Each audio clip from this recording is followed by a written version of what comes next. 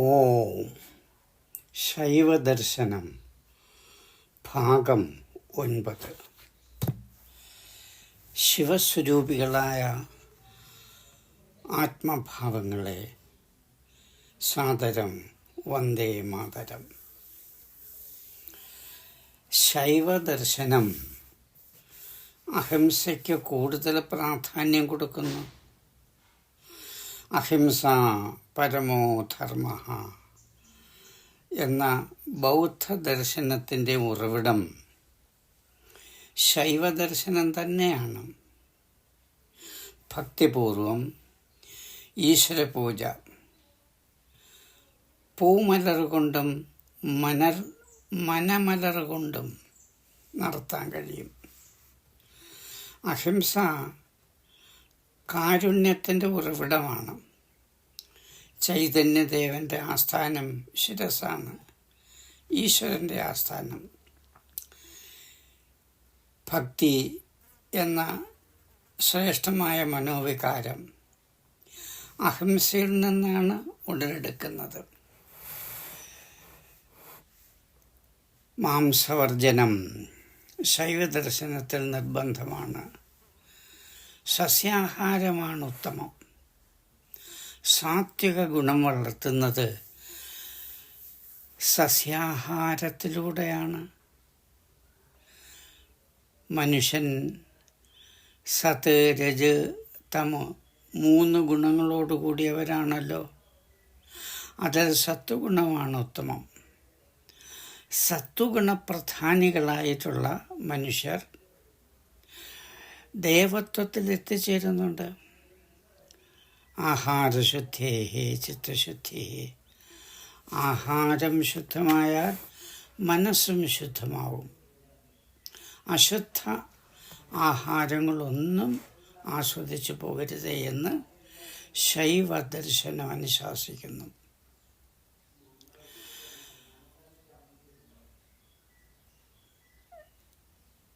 വെറും വേദാന്തത്തിൽ മാത്രം ഒതുങ്ങുന്നതല്ല ശൈവദർശനം. ഉത്തമ ജീവിതം മാതൃക പോലും ബ്രഹ്മചര്യം, ഗാർഹസ്ഥ്യം, വാനപ്രസ്ഥം, സന്യാസം എന്ന് 4 ജീവിത അവസ്ഥകളിൽ ഗാർഹസ്ഥ്യത്തെക്കുറിച്ച് കൂടുതൽ ചിന്തിച്ചു. ഉത്തമമായ ദാമ്പത്യം, അതിൻ്റെ മാതൃകയാണ് ശിവശക്തി ഐക്യം. ശിവനുള്ളിടത്ത് ശക്തിയുണ്ട്. ശക്തിയും ശിവനും ഉത്തമ ദാമ്പത്യ മാതൃകയാണ് ശൈവദർശനം നമ്മെ പഠിപ്പിക്കുന്നത്. ഇവിടെ കിനാവ് പോലൊരു അല്പസുഖത്തിനല്ല ഗാർഹസ്ഥ്യം സ്വീകരിക്കുന്നത്. പരസ്ത്രീ മോഹവും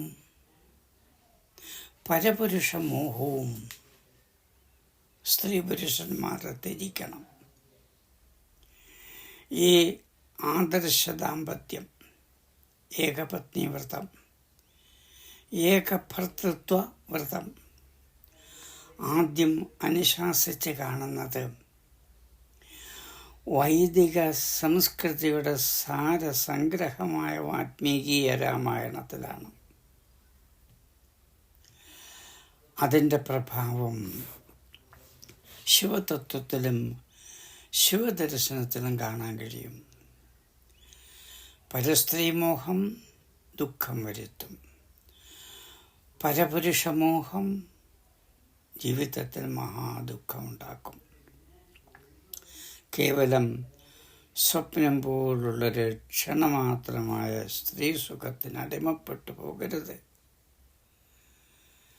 കാമമയക്കങ്ങൾ മാറ്റാൻ ഈശ്വരധ്യാനം, ശിവധ്യാനം അവശ്യം ഉണ്ടായിരിക്കേണ്ടതാണ്. യുവതി വീണ്ടും വീണ്ടും പരപുരുഷഗമനം നടത്തുന്നു. ആ കുടുംബജീവിതം തകർന്ന് പൂർണ്ണമായിട്ട് നശിച്ചു പോകും. തിരിച്ചും അതുപോലെ തന്നെ ജീവൻ മുക്തിക്ക് യോഗീശ്വരന്മാർ സ്ത്രീ സംഘം പാടെ ഉപേക്ഷിക്കുന്നു. സ്ത്രീ സംഘം ജ്ഞാനമാർഗത്തിന് തടസ്സം സൃഷ്ടിക്കുന്നു. സത്യമാർഗത്തെ ചതിക്കുന്ന സന്യാസിമാർ കാമം പാടെ ഉപേക്ഷിക്കുന്നു, ജ്ഞാനമാർഗം സ്വീകരിക്കുന്നു. ജീവിതത്തിൽ ഏത് ആശ്രമത്തിലായാലും ശരി തന്നെ സാമ്പത്തിക ഭദ്രത ഉണ്ടായിരിക്കണം. ദാരിദ്ര്യം ഒരിക്കലും പാടില്ല. ഇല്ലായ്മ, ദാരിദ്ര്യം, കഷ്ടപ്പാടുകൾ, അത് ദാരിദ്ര്യത്തെക്കാൾ വലിയൊരു ദുഃഖം ഇല്ല എന്നാണ് ഋഷിമാരായ കവികൾ പറയുന്നത്. ഉദാരമതികളാകുക, അവനവൻ്റെ അറിവും യോഗ്യതയും ക്ഷമതയനുസരിച്ച് കർമ്മനിരതരായി ജീവസന്ധാരണത്തിനാവശ്യമായ ധനാർജനം, അതുമൂലം കുടുംബജീവിതവും മറ്റാശ്രമ ജീവിതവും ഭദ്രമാകും. ഉദരവിശപ്പുണ്ട്, ഹൃദയവിശപ്പുണ്ട്. ഉദരവിശപ്പ് ശാശ്വതമായി അടങ്ങുന്നില്ല, ഹൃദയവിശപ്പും അതുപോലെ തന്നെ. എല്ലാ തരത്തിലുള്ള ദുർവിചാരങ്ങളും ശൈവ ദർശനത്തിലൂടെ മാറ്റിയെടുക്കാൻ കഴിയും. അത് ജീവിതത്തിൽ പകർത്തുമ്പോൾ ജീവൻ കർമ്മബദ്ധനാണ്. ജ്ഞാനി എല്ലാം നിറഞ്ഞവനാണ്, പരിപൂർണനാണ്. ആ പരമപദത്തിലാണ് നമുക്ക് എത്തിച്ചേരേണ്ടത്. ജ്ഞാനാഗ്നിയാൽ കാമേച്ഛകളെ ചുട്ടരിച്ച ജ്ഞാനി ഈശ്വര പദത്തിലെത്തിച്ചേരുന്നു. അവർ ബുദ്ധജനമാണ്. അവനിയിൽ അറിവിനാണ് ഏറ്റവും കൂടുതൽ പ്രാധാന്യം. അഗ്നിഹോത്രം ഒരു പവിത്രമായ ദൈനംദിന കാര്യക്രമമാണ്. ജ്ഞാനികളാണ് അത് ചെയ്യുന്നത്. വെറും ബ്രാഹ്മണർക്ക് വേണ്ടി വിധിച്ചിരിക്കുന്ന സമ്പ്രദായമല്ല അഗ്നിഹോത്രം. പടർന്ന് പന്തലിച്ച് നിൽക്കുന്ന പ്രപഞ്ചം ഹോമാഗ്നി വളർത്തി. ഋഗ്വേദത്തിലെ ഹൗത്രം, യജുർവേദത്തിലെ അധ്വര്യവും, സാമത്തിലെ ഔദും, ഔദുഗാത്രം എന്നീ ത്രിവിധങ്ങളായ ഹോമങ്ങൾ അത് ഏറ്റവും ഫലദായകമാണ്. മുണ്ടകോപനിഷത്തും അതിന് ഊന്നൽ കൊടുക്കുന്നുണ്ട്. ശിവയോഗികൾ ഹോമാദി അനുഷ്ഠാനത്തെ തന്നെ ജനിമൃതി തുടങ്ങിയ മുക്തി നേടുന്നതിന്, ജനിമൃതിയിൽ നിന്നുള്ള മുക്തി നേടുന്നതിന് ശിവയോഗികൾ ജ്ഞാനമാണ് ആർജിക്കുന്നത്. വൈദിക യജ്ഞം പുനരാവർത്തി ഉണ്ടാക്കുന്നു. പരമഗതി വെറും വൈദിക യജ്ഞത്തിലൂടെ ലഭ്യമാകുന്നില്ല. അങ്ങനെ പരമമായ ജ്ഞാനത്തിൻ്റെ ത്വര അന്വേഷണം ഉപനിഷത്തിലൂടെ വളർന്നു വന്നു. ഇവിടെ ഉത്തമമായ സത്സന്താന പ്രാപ്തിക്ക് നിഷ്ഠയോടുകൂടിയ പത്നീ സംഗമം പരമാവശ്യമാണ്. അത് യജ്ഞവും കൂടാണ്. കുണ്ടലിനി ശക്തിയായി മാറും. പുലർച്ചയ്ക്ക് മുമ്പുള്ള 6-ാം യാമം സംഗമത്തിന് ഉത്തമമാണ്. അപ്പോൾ ഗർഭത്തെ ജനിക്കുന്ന ശിശു അത്യുന്നതമായ ഈശ്വരതുല്യരായ മനുഷ്യരായിട്ട് മാറുന്നു. ശിവശക്തി സംഗമം ആ സമയത്താണ് ഉണ്ടായിട്ടുള്ളത്. സ്ത്രീ പുരുഷ സംഗമം ദൈവീകമാകണം, ബ്രഹ്മാർപ്പണമാകണം. എങ്കിൽ സ്വർഗീയ സുഖം ലഭ്യമാകും.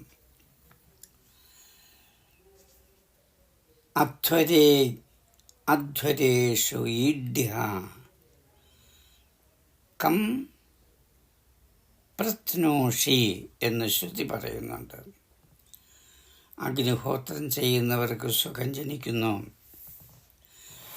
ബ്രാഹ്മണ കർമ്മഫലമാണ്. ബ്രാഹ്മണൻ, അന്തണൻ എന്ന് പറയുന്നത് മഹാജ്ഞാനികളെയാണ്. ജന്മം കൊണ്ട് ആരും അന്തണനാകുന്നല്ല, ബ്രാഹ്മണനോ ആകുന്നല്ല. ഭഗവത്ഗീതയിലെ ഒരു ശ്ലോകം കേൾക്കുക.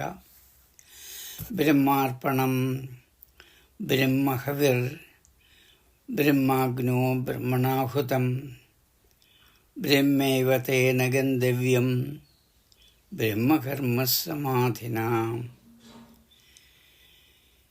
യാഗ ഹവിസായ നെയ്യും.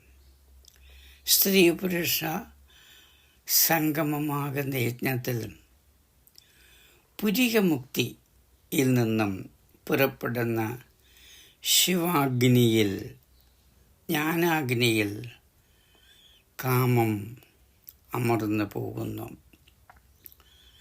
കാമമലർ അതിൻ്റെ ഫലം ലഭ്യമാക്കുന്നു. നിഗൂഢമായ ഈ രഹസ്യം അർത്ഥം ശരിയാവണ്ണം അറിയുക. മനുഷ്യൻ്റെ എല്ലാ പ്രവൃത്തികൾക്കും കാരണം കാമമാണ്. യദ്യത് കുരുതേ ജന്തുഃ തത്തത് കാമസ്യ ചേഷ്ടിതം. മനുസ്മൃതിയിലെ വാക്യമാണത്. കാമത്തെ സ്വർഗീയ ഈശ്വരാർപ്പണമായി ചെയ്താൽ അത് ധർമ്മം തന്നെയാണ്. കാമം തന്നെയാണ് ഈശ്വരൻ. ശക്തന്മാരുടെ കാമങ്ങൾ അകറ്റി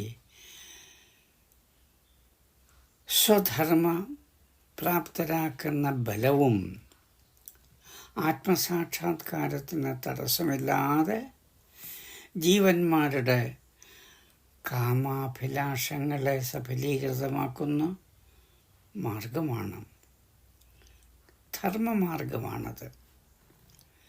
ഗീത പഠിപ്പിക്കുന്നു, ബലം ബലവതാം കാമം ബലം ബലവതാം ചാഹം. ഒന്നുകൂടെ പറയാം. ബലം ബലവതാം ചാഹം കാമരോഗവിവർജിതം ധർമാവിരുദ്ധോ ഭൂതേഷു കാമോസ്മി ഭരതർഷഭ. ഭഗവത്ഗീത 7-ാം അധ്യായം 11-ാമത്തെ ശ്ലോകം. കാമം എപ്പോഴും ധർമ്മത്തിൽ അധിഷ്ഠിതമാകണം. എങ്കിൽ അത് പരമമായ തപസ്സിദ്ധിയുടെ ഫലമാണ് നൽകുന്നതെന്ന് ചുരുക്കം.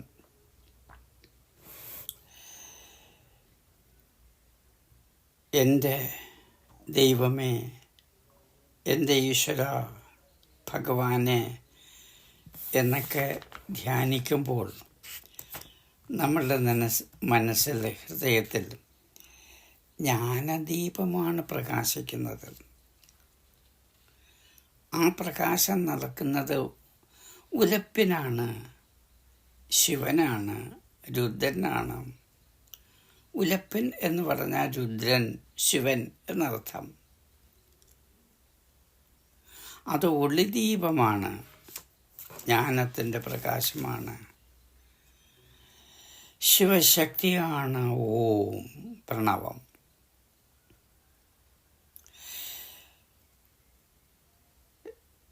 എപ്പോഴും പ്രണവചിന്ത, അതിനെ പ്രണവോപാസന എന്ന് പറയുന്നു. ശിവനെ ചിന്തിച്ച് ശിവമയമാകാൻ കഴിയുന്നു എങ്കിൽ ആ ജീവിതം ധന്യമാണ്. വൻ തപശാസ്ത്രങ്ങൾ ഉണർന്ന വേദജ്ഞൻ ബ്രാഹ്മണൻ എന്നാണ് പറയുന്നത്. അന്ധണൻ കർമ്മദോഷങ്ങൾ അറ്റ ജ്ഞാനിയാണ്. യാഗാഗ്നി വളർത്തി ത്രികാലയജ്ഞങ്ങൾ അനുഷ്ഠിക്കുന്നവരാണ് അന്ധണർ. ഘോരമായ എല്ലാ അധർമ്മങ്ങളും ദൂരീകരിച്ചിട്ട് പവിത്രമായ എല്ലാ ധർമ്മമാർഗങ്ങളും സ്വീകരിക്കുന്നു ശിവയോഗികൾ.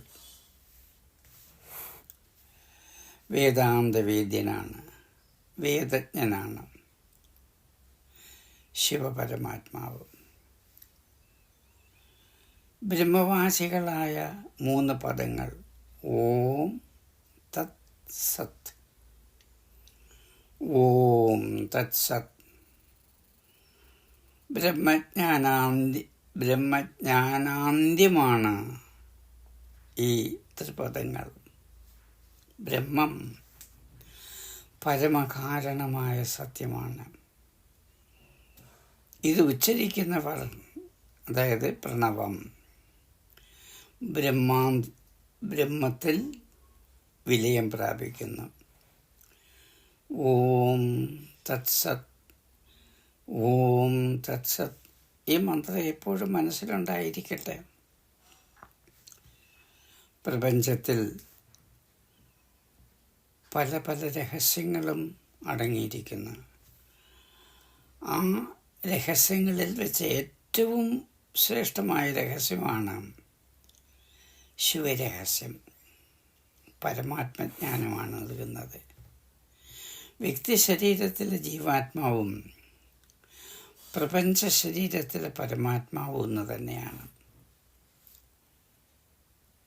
വേദം ഉരുവിടുന്ന അന്തണർ ശ്രീ പാർവതിയെ ധ്യാനിച്ച് ഗായത്രി മന്ത്രം മറക്കാതെ ജപിക്കുന്നു.